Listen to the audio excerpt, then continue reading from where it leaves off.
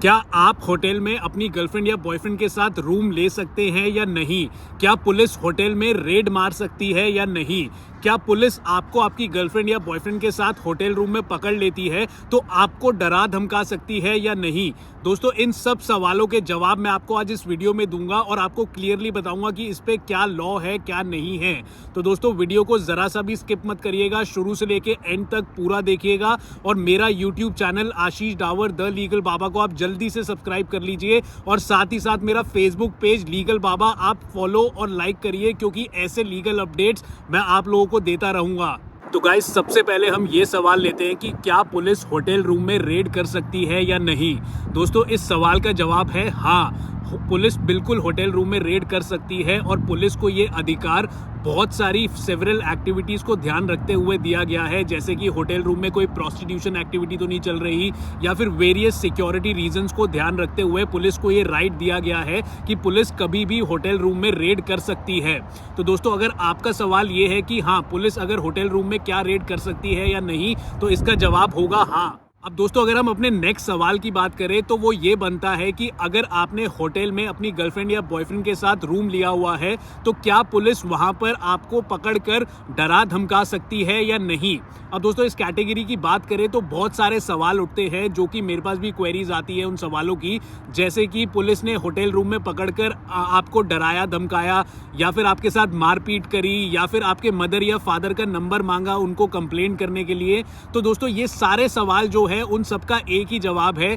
देखिए, अगर तो आपकी एज 18 ईयर्स या फिर 18 ईयर्स से ऊपर है, आप दोनों गर्लफ्रेंड और बॉयफ्रेंड की, और आपने अपने वैलिड आईडी प्रूफ देकर होटल रूम लिया है और होटल वालों ने आपको अलाउ कर दिया, तो पुलिस का कोई भी मतलब नहीं बनता कि वो आपको आके डराए धमकाए या फिर आपके साथ मारपीट करे या फिर आपके मदर या फादर का नंबर मांगे। तो दोस्तों, ये चीज आर्टिकल 21 इंडियन कॉन्स्टिट्यूशन के तहत क्लियर कर दी गई है कि राइट टू प्रिवेसी आपका फंडामेंटल राइट होता है, मौलिक अधिकार होता है, और इसे कोई भी इन्फ्रिंज नहीं कर सकता, कोई भी इसे ब्रीच नहीं कर सकता, ना ही पुलिस कर सकती है। दोस्तों, ये तो होगी लॉ की बात, लेकिन अगर आप, कई बार ऐसा होता है कि आप पुलिस ऑफिसर को लॉ भी बता देते हैं, लेकिन वो पुलिस ऑफिसर आपकी एक बात नहीं सुनने को रेडी होता और आपके साथ कई बार मारपीट कर देते हैं, कई बार आपको डराते धमकाते हैं, या फिर आपके पेरेंट्स का नंबर भी मांग लेते हैं। तो इस सिचुएशन में आपको ये सारी चीज़ें याद रखनी है जो मैं आपको वीडियो में बता रहा हूँ, ताकि आप इसके बाद एक्शन ले सके अगर आपके साथ ऐसी दुर्घटना हुई है, आपके साथ ऐसा इंसिडेंस हुआ है। तो दोस्तों, सबसे पहले मैं आपको ये बताऊंगा कि अगर आपके साथ ऐसा हो गया है तो सबसे पहले आप कमिश्नर ऑफ पुलिस या फिर सुपरिटेंडेंट ऑफ पुलिस को रिटन में एक कंप्लेंट दीजिए कि आपके साथ ये सारी चीजें हुई हैं, और उसमें आप जरूर अपनी एज भी डालिएगा, अपनी आईडी कार्ड भी दीजिएगा कंप्लेंट के साथ कि आप 18 प्लस हैं, आप 18 साल या 18 साल से ऊपर के हैं, तो वो एज अ वैलिड प्रूफ माना जाएगा। और ये कंप्लेंट आप जब भी एसपी को देंगे या फिर कमिश्नर ऑफ पुलिस को देंगे तो उनसे एक रिसीविंग भी ले लीजिएगा अपनी फोटोकॉपी पे कंप्लेंट की, ताकि आपकी कंप्लेंट पे एक्शन जरूर लिया जाए। और साथ ही साथ अगर आप रिकॉर्ड रखना चाहते हैं तो आप उनके ईमेल एड्रेसेस पे भी एक कंप्लेंट डाल सकते हैं। आपको कमिश्नर ऑफ पुलिस या फिर सुपरिटेंडेंट ऑफ पुलिस के ईमेल एड्रेसेस गूगल पर भी मिल जाएंगे बड़ी आसानी से।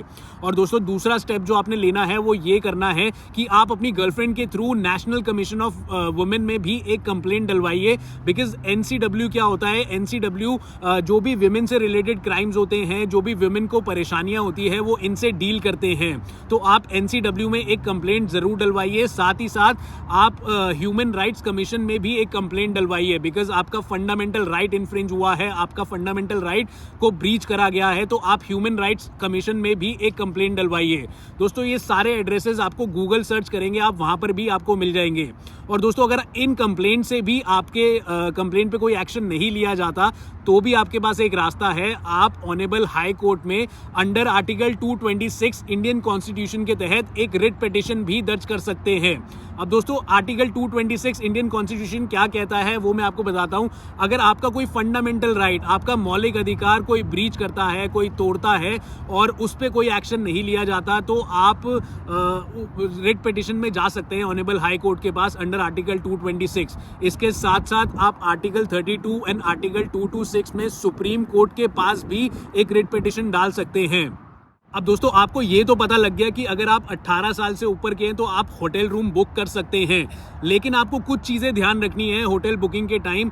वो मैं आपको बता देता हूँ। सबसे पहली चीज़ होगी, जब भी आप होटल बुक करते हैं आप दोनों अपनी गर्लफ्रेंड और बॉयफ्रेंड की वैलिड आईडी से ही बुक करिएगा, और साथ ही साथ आप जो बुकिंग रजिस्टर होता है उसमें आप अपने गर्लफ्रेंड के सिग्नेचर भी करवाइएगा। और मोस्ट इंपॉर्टेंट बात यह है कि आपकी गर्लफ्रेंड माइनर नहीं होनी चाहिए, यानी कि 18 साल 18 ईयर्स से कम की एज की नहीं होनी चाहिए। चाहे वो एक दिन भी कम एज की होगी तो भी आप फंस सकते हैं। आई होप आपको सब क्लियर हो गया हो, आपको ये वीडियो पसंद आई हो। अगर वीडियो पसंद आई है तो इसे ज़्यादा से ज़्यादा शेयर करिए, ताकि ज़्यादा से ज़्यादा लोगों तक ये इन्फॉर्मेशन पहुंच सके। और मेरा फेसबुक पेज लीगल बाबा आप जल्दी से फॉलो करिए, उसे लाइक करिए और वीडियो शेयर करते रहिए। Thank you so much.